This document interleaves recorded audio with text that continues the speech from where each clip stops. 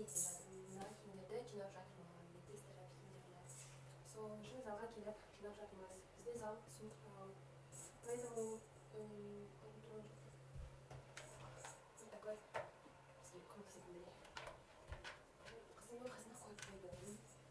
Ол қызым ойналып жатыр. Мен киімдерді бүктестім өте.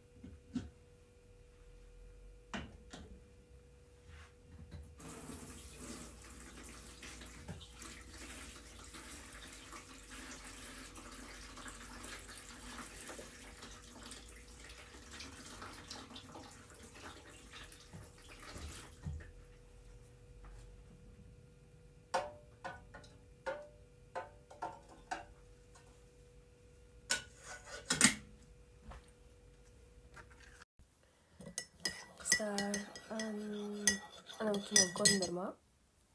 Қандай жаңбырлы маусым, жаңбырлы. Короче, жаңбырлы бірдеңе.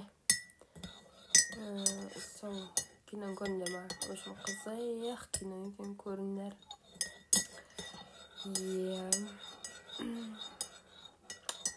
Тағы бірдеңе айтайын дедім.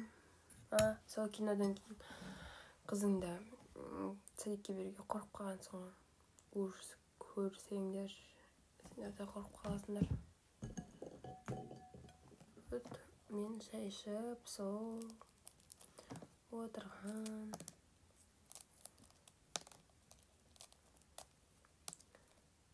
Балалы болған кезде түсінесің дегенді енді түсініп жатырмын. Так что, қыздар, бұзық болмаңдар.